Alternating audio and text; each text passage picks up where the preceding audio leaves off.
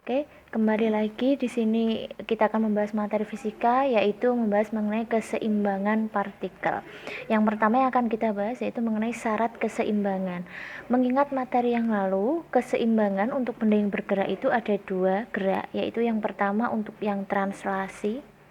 Nah, translasi itu berarti yang bergerak lurus, sedangkan yang bergerak muter itu rotasi. Nah, untuk translasi syaratnya apa? Berarti sigma fx-nya harus sama dengan 0, dan yang kedua sigma fy-nya juga harus sama dengan 0. Dikatakan seimbang jika semuanya 0.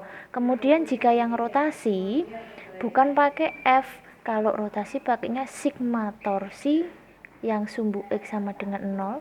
Kemudian yang untuk y, sigma torsi untuk sumbu y sama dengan 0. Nah, jadi syarat keseimbangan baik translasi semuanya harus 0, rotasi juga harus 0. Oke, selanjutnya kita bahas mengenai macam-macam keseimbangan. Dalam fisika, macam keseimbangan itu ada 3. Yang pertama, keseimbangan stabil. Nah, contohnya apa yang stabil? Misal ada sebuah kotak, saya taruh di atas meja. Ini kalau saya goyangkan, dia kan akan sulit untuk menggelinding. Maka dari itu dinamakan dengan keseimbangan stabil. Dia lebih cenderung stabil ketika diberi sebuah gaya. Yang kedua, namanya keseimbangan labil atau goyah. Maksudnya seperti apa? Ini misal ada sebuah balok, saya posisikan seperti ini. Nah, kurang lebih seperti ini ya. Ini kalau saya berikan sebuah gaya atau saya senggol, dia akan labil, akan cenderung bergoyang ke kanan dan ke kiri. Maka dari itu dinamakan dengan keseimbangan labil. Yang ketiga disebut dengan keseimbangan netral. Itu jika apa? Jika ini ada permukaan, terus ini lingkaran. Yang dinamakan netral seperti apa? Kalau saya berikan gaya, dia akan cenderung mudah untuk berpindah. Ini dinamakan dengan keseimbangan netral.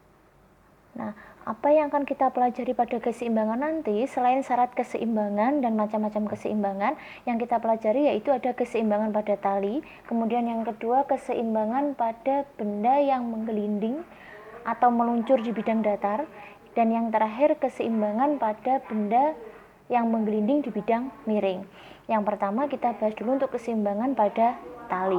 Nah, untuk yang keseimbangan yang lain, yang dua lainnya akan saya bahas di video selanjutnya. Oke, keseimbangan pada tali. Biasanya kalian disuruh mencari salah satu besar dari tegangan tali atau berat benda yang menggantung pada tali. Caranya seperti ini. F1 per, kita gunakan sudut yang ada di depan tali. Tali F1 ini sudut di depannya adalah alfa 2. Berarti ini sin alfa 2. Sama dengan F2 per sin sudut yang di depannya F2. Ini tali depannya adalah alfa 3. Berarti alfa 3 per F3 per, ini sudut yang ada di depannya adalah alfa 1, berarti per sin alfa 1. Ini dulu dasarnya, untuk soalnya akan saya bahas di video yang selanjutnya. Sekian, semoga bermanfaat. Wassalamualaikum warahmatullahi wabarakatuh.